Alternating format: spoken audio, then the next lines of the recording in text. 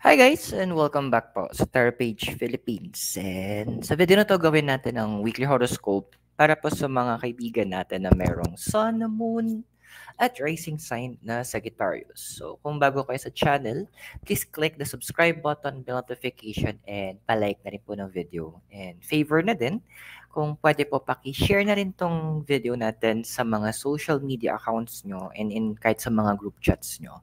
This horoscope is for April 28 and I'm sorry, April 22 hanggang 28. So tandaan natin ha, yung readings, they are for guidance purposes. You have your free will, use it wisely. For private readings and spell works, message nyo po ako sa Tarot Page Philippines Facebook page. And for those na gusto pong magbigay po ng donation to support our channel, pwede po via GCash or Maya or yung heart na thanks. Yung details po is nasa banner po sa baba. Okay, Sagittarius, sorry na, late naman. Okay, kamusta ka naman ba yung inner cards mo? So, we have here is the Knight of Cups and yung card of the Y. Ay, talagang ilalaban na natin to, Sagittarius. Kasi andun tayo sa point na nakikita ko dito sa cards mo na you would like to may part sa'yo na na ilalaban mo na yung mga gusto mo. Yung parang enough is enough na naging mabait ka na masyado, andoon na kumbaga ang dami tinatry mo kasing yung may point, nagkaroon ka ng point na tinry mo i-psychologize yung sarili mo para doon sa mga nangyayari. And also na magkaroon na parang alam mo yung pilit mong i-justify sana na ay nagkaganto lang to kasi ganyan. Nangyari to because of this. So ando na yung punto na parang napagod ka na rin eh. Andun yung punto na siguro totoo no, may limits talaga tayong lahat. Yung iba malalim lang, like you, malalim lang talaga yung tinatawag nating threshold mo. Malalim lang talaga yung matibay lang talaga yung PC mo. Malawak lang talaga yung pag-unawa mo. Pero may breaking point ka din eh. At umabot ka na sa breaking point na, okay, dead ma. yung lumalabas sa trend, yung OA and nonchalant. Andun ka na sa nonchalant na parang, ayoko na. Pagod na yung intindi. Parang ginagawa, parang andun na point, season of cutting off ka na. Parang ito yung humahabol ka ng, humabol ka sa Mercury retrograde kasi pasok pa rin naman tayo na is a season of cutting off then. So, andun na, you don't need the reasons na. The mere fact na parang sinira yung tiwala mo, andun na, ay, deads. Goodbye. Yun na yung naging takbo mo ngayon. Yun na yung concept mo ngayon. Yun na yung kinakalagyan mo ngayon. And it's a scary place. Kasi mukhang wala ka ng balak. Ibalik to eh. Wala ka ng balak na magkaroon pa ng another chance para for reconciliation. Na ando na yung point ng enough is enough. What's crossing you? Knight of Cups tsaka the Fates. Well, understandable naman na nagpapaka-busy ka. Understandable naman na andoon na binibigay mo yung oras mo sa mga, sabihin natin na meron kang nakukuha monetary, na meron kang na-achieve. Ando na actually hindi to crossing it. It's more on, covering mo na. Yung tipong, dito na lang ako magfo-focus. Kasi sabi natin, itong taong to, once I give my time, my effort, nag-share ako ng knowledge, hindi masasayang. Na yung iba nga sa inyo, parang nag-iisip na, mag-alaga na lang kaya ako ng hayop? Well, actually, oo. Mas iba yung loyalty nila, promise. Like si Mikay, sila Tabi, sila Powers. Yan. Once you give love to them, iba yung dating yung sabi nga nung isang quote na nabasa ko, your pets is a chapter in your life, but for your pets, you are their whole book. Yun yung hinahanap mo ngayon din eh. What's crossing you? Kaya binibisi mo na yung sarili mo eh. Kasi andoon na your heart is trying to find where you can invest. Kung saan mo pwedeng ilaga. Kasi alam mo sa sarili mo na you're still full of understanding, full of love. Minsan nga nagiging full ka na rin eh. Ando na you treat people special, pero nalilimutan mo i-treat yung sarili mo na special din. Nalilimutan nilang suklian yung ginagawa mo. Nalilimutan nilang i-acknowledge yung sacrifices mo. That's why andoon na nire-divert mo na yung sarili mo. And right now, you're rediverting sa iba sa inyo. Nire-divert nyo nga yung attention nyo pwedeng sa mga tao mas sabihin natin na may kapaki-pakinabang or sa mga hayop or sa family or most of you sa trabaho or sa business, which is a good thing. Bad thing for them. Eh, nandun na yung parang dead maka na lang din. Ano bang crowning card mo? Uy! Destiny and Imagine. Alam mo, very rare ko makita yung combination na to in this, hello baby, sa tong combination na to, dito pa sa pwestong to. What I'm seeing here kasi sa card, saan na yun? Dito ka? Ayan. What I'm seeing here sa card mo is that andun yung point na you are taking, ang isa sa mga desire mo, ikaw yung magko-control ng mga bagay-bagay. Ikaw yung masusunod na, ikaw yung magde-dictate, ikaw yung magmamaniobra. And you know what? With the card of Imagine, sabi ng universe sa'yo, well, the sky is the limits right now. Kasi andun yung punto na what you want is what will be given. Ang nakakatuwa dito is that yung future, you wanted a future that you could control, bibigay sa'yo ngayon. You want a future na kung saan na things will work out for you. Ay, eto na nga siya. So, ito na yung moment na kung saan pinapala sa'yo din ng cards na your future right now, yung desire mo is ma-paint mo yung future mo. Nakabinibigyan ka ng blank canvas ngayon. Kumbaga, ito yung pan-drawing, ito yung pampinta, ito yung canvas, sabi ng universe. Bala ka na. Create the future right now that you want. Your imagination, yun yung limit. Yung imagination, doon yung boundaries mo. How far will you go at this point? Destiny, ito yung Wheel of Fortune sa ibang tarot cards. And it's about change. The change that you are asking, yung pagbabagong gusto mo, dito na eh. Bibigay na eh. Next in line na to. Ang question dito, ano yung change na gusto mo? Hindi pwede yung, gusto ko mabago yung buhay ko. No. Huwag tayong ganon. Medyo tanggalin natin yung concept na yon Sagittarius. Doon tayo sa level na kung saan you know what you want. Yung tipong kapag sinabi mo sa akin, kinuwento mo sa akin yung gusto mo, kaya ko ding i-picture out. May iba kasi, gusto ko ng bahay.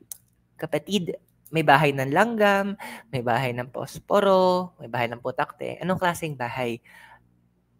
Yung gawin mong concept, sabi ng cards, is kapag na-share mo sa akin to or naikwento mo sa iba, makaka-capture nila yung sinasabi mo. May iintindihan nila or kaya nilang i-picture out. Kaya nga, paint your future now eh. Yun yung sinasabi sa'yo ng cards mo. You need to stop for a moment and think, ano ba yung gusto ko talaga? Tingnan natin yung foundation mo. Saan ka ba nang humuhugot? The Fool and To Be Fair. Ayan na nga. Nonchalant na talaga tayo. Ayun na yung punto na dead ma to the world ka na. Kasi with the card of the Fool, andun yung point na ang dami mong inend tong mga huli. Pwedeng endings relationships. Now, when you say relationships, hindi lang to jowa, lahat ng klase relasyon sa clown neto. Di ba, Mengay? So, andoon yung punto na you're doing that with the card of to be fair. Ginagawa mo siya kasi parang, uy, ako naman, ano to? Ano to? Susyunga, ano, magpapakasyunga lang ako. Parang, magpapakahirap ako para sa inyo, then wala man lang in return. Hindi pagiging selfish yun. It's just being realistic. Kakampihan kita doon, Sagittarius. Kasi, asa mundo tayo na ano give and take. Hindi pwedeng puro give, hindi pwedeng puro take. Pwedeng yung give mo, pwede yung binigay mo, ibibigay sa pabalik sa ibang paraan para lang mabalance. Kasi energy exchange, sa bandang huli, energy exchange din to eh. At kakampihan kita na pinutol mo yung mga connection mo doon sa mga tao na kung saan parang linta lang. Good job ka doon. Kasi, hindi pwede eh. Hindi pwedeng puro palabas ka. Ano to, matutuyot ka na lang sa bandang huli? Di ba? Tama lang ginawa mo. Recent past, alam mo ba't mo ginawa din siya? With the card of the Hermit tsaka Orphan. Kasi may mga nalalaman ka din. Alam mo yun, besides sa nalalaman mo doon sa taong yun, may mga bumubukas opportunities kasi. Ito yung maganda eh, with the Hermit. Kasi it's about, tungkol siya sa isolation, tungkol siya sa pag-iisa, tungkol siya sa paglayo. Yung tipong, di ba, ermitanyo, nasa bundok. Andoon na, nagkaroon ka ng hermit moment din eh. So, andun yung punto na mag-isa ka, naramdaman mo parang mag-isa ka. Siguro, because of the retrograde na rin, tinawag ka for isolation. Andoon na nakita mo, wait lang, nakita mo sa ibang angle yung mga bagay-bagay. And hindi ka natutuwa doon sa mga napansin mo. May mga na-discover ka. Parang kumbaga, nag-compare notes ka doon sa mga nangyari before, tapos mga in the past, tapos sa recent past mo. Then parang, ay, no. Parang, ay, wait, that's not good. Which is tama lang naman. Actually, natutuwa ako sa'yo kasi andoon yung point na voluntary mong ginawa na medyo i-detach yung sarili mo eh. Kasi feeling mo, yung nagkaroon ka ng feeling na parang sobrang invest ka sa ibang tao na nalimutan mong mag-invest sa sarili mo. Na sa sobrang invest mo sa kanila, kaya nga investment eh. Kasi may yatang na ROI. Walang return of investment. So that's why you cut it off. Ginawa na naman siya in good faith sana eh. And hindi ka na humihingi ng malaking kapalit. Simple respect, pag-alala lang. Pero wala. May mga tao talaga na masasabi natin selfish. What's your future you? So, 6 of Wands, tsaka chop wood. Well, there will still be, may mga parating pa din na maia-alter ng universe yung life mo. Ia-alter ng universe yung path kung nasaan ka. And this alteration will be actually in synchronize to. Yung punto na, kasi nga, nag-invest ka, so you need to gain back. So, medyo i-detour ka ng universe. And, well, may mga mag-i-invest ka ulit emotionally sa ibang tao. You will be helping again. Pero this time, iba na approach mo. Kung dati sabihin natin na more than willing kang, for example lang, more than willing kang ituro lahat ng alam mo. Ngayon, no more. Hindi ka na mag-spoon feed. Andoon na parang gagawin mo na yung tanong niya, sasagutin mo ng tanong. Pero yung sagot no sa tanong na yun, is yun yung sagot na kailangan nila. Kumbaga, nadidistinguish mo naman kasi kung bakit ng term? Kung nagtatanga-tangahan tong kausap mo or tanga lang talaga. O talagang hindi niya alam. At genuine or totoo yung pagtatanong niya sa'yo. Di ba, Mikay? So, andun yung punto na na you will be making that change so that Sabi nga ng foundation mo, so that you can be fair naman sa sarili mo. Kasi nga, may mga, kumbaga, doon yung point na gusto mong i-expand yung sa yung finances mo eh. Which, pasok tayo sa physical environment mo. Six of Swords, tsaka Between Worlds. Okay, so there will be a new level of learning na ituturo sa'yo or i-open sa'yo ng universe. Keep an open mind, okay? Kasi 6 kasi this is about harmony eh. And then Swords about sa air, about sa pag-iisip natin. So andun yung punto na yung mga alam mo na ngayon, medyo ipapolish pa. And huwag kang magtataka na magkakaroon ka ng mga connections na medyo nasa authority. May mga darating na ganun. Huwag kang magtataka na magkakaroon ka ng mga connections na kung saan may mga certain influence sila. And that is something that will be beneficial para sa'yo in the near future. So, andun siya sabi ng cards na be mindful ha kasi of course andun tayo sa point na hindi naman natin pwedeng overuse yung ibibigay sa atin ng universe na new opportunity kasi itong makikilala mo to pag kapag andun yung point na pag nag-return to ng favor ay for the big time. So, andoon na alagaan mo tong mga to. Medyo na sila, low-key, pero ang clue ng mga taong to, low-key sila, hindi sila yung tipong sobrang nagpapakilala. However, andun yung point na mararamdaman mo yung presensya nila. If you know what I mean. So, be on the lookout kasi may mga parating na ganon sa'yo and they will open new doors para sa'yo. Tingnan naman natin yung emotional environment. So, Page of Cups and Serendipity. Yung totoo. Alam mo,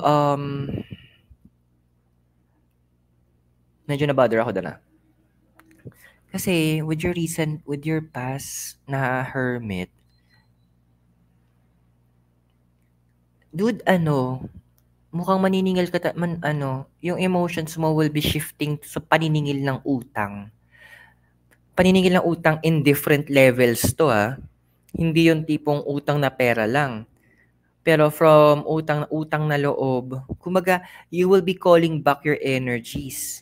Andito na nakikita ko na medyo kawawa yung mga sisingilin mo. Kasi kumbaga, you did what you can You invested in what you have. Yung kumbaga nagbigay ka out of love, out of respect. And hindi nga yung utang kumbaga walang utang na loob, hindi tinanaw ng maayos. I'm seeing here talagang maniningil ka. So in the form of paniningil, meron kasi tinatawag tayong calling back of energy. Ito pa naman, yung concept sa Bible ng giving. I forgot sa Luke yun Sabi doon, give, it shall come back to you. Give, it shall come back to you. Good measure, pressed down, shaken together, and running over. The measure that you have used will be used against you. Sa ibang practice, 3 times ang balik. Dito kasi 7. Tapos may concept pa sa Proverbs na sinabi doon ni King Solomon, kaya medyo kinabahan ako, para sa kanila, hindi sa'yo. Sabi doon na if a thief steals to satisfy their hunger, do not despise a thief if he steals to satisfy his hunger. Wag ka daw magalit sa magnanakaw kapag nagnakaw siya dahil sa gutom. But, may karuktong yun but, if found guilty, they must pay 7 times of what they have stolen. although it will cost them their household. So alam mo yon, dalawa yung source. Kapag nag-call back ka ng energy, naningil ka, sa taas, give and shall come back to you 7 times ibibigay sa'yo. Tsaka sa baba, yung nagnakaw sa'yo, pwede mo i-call back yung energy. Kung ano yung ninakaw nila, ibabalik nila sa'yo 7 times. Paano ginagawa yan? Actually, simple words lang eh. Ngayari, sige, turo ko sa'yo, Sagittarius.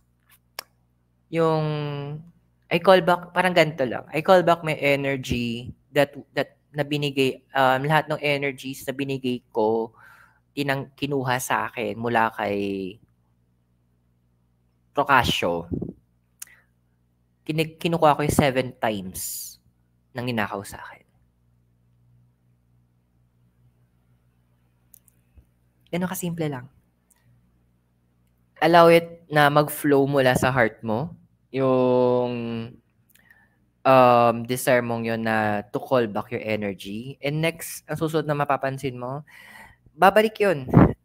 And yun nga, good luck sa kanila. Kasi good luck talaga, yun na lang. Anyway, so open na nga yung canvas para sa'yo. Pwede mo pang i-call back ngayon. Okay, so doon tayo sa ano mo, hopes and fears. 9 of Wands, tsaka time to go.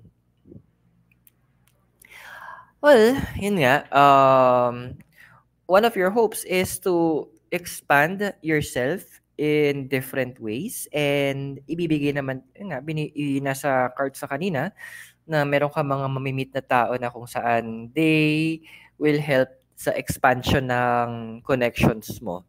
So, again, alagaan mo sila. However, andito kasi yung fear din na baka ma-feeling mo na baka sobra ka na magbago. Baka sumobra naman yung changes sa'yo na hindi na siya magiging maganda. But, there is a but eh. Kailangan ba na, kasi din yung point na yung hope mo din, sana maintindihan na bago umabot yung puntong yun, maintindihan nila na you're willing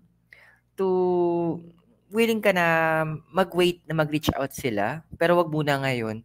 Pero kinakabahan ka kasi baka mamaya, yung fear mo, baka maging pusong bato ka, and pag humaba yung panahon, may nantsaran ka na lang. Parang okay. Nakakatakot pag ganun. Kasi once you cut off someone totally, literal, totally. Future, 3 of Pentacles, saka the Tribe.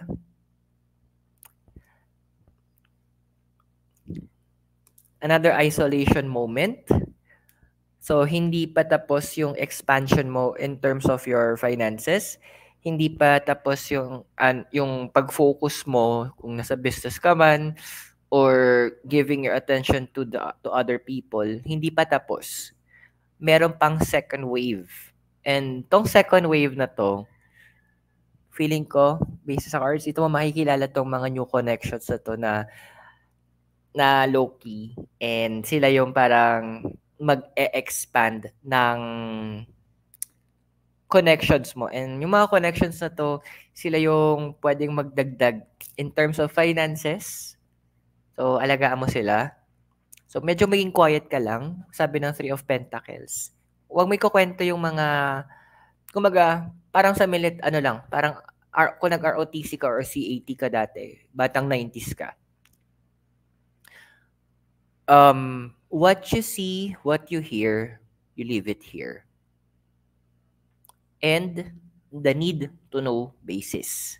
Kung hindi mo kailangan i-chika sa kanila, sa ibang tao, huwag mo i-chika. Ito yung moment mo na naman, another hermit moment, but this is so beneficial sa expansion mo in different aspects, especially sa finances mo. Okay? So I hope nakatulong yung reading sa'yo at tandaan yung readings natin. They are for guidance purposes. Use your free will wisely. And kung bago kayo sa channel, please click the subscribe button, bell notification, and give this video a like. And do please share itong video natin po sa inyong social media accounts and also sa inyong mga group chats. And for spellworks and private readings, message po ako Tarot Page Philippines Facebook page. Link is nasa baba. At sa gusto po magpadala ng donation to support our channel, you can send it via Maya GCash. Number is nasa baba po. Or the heart, yung thanks button. So Sagittarius, maraming salamat sa iyo. God bless, Namaste, Hare Krishna, and blessed be. Naway magkita tayo very soon and all the way here from La Trinidad, Benguet. Keep safe and goodbye for now. Sabay din sabi ni Mikay.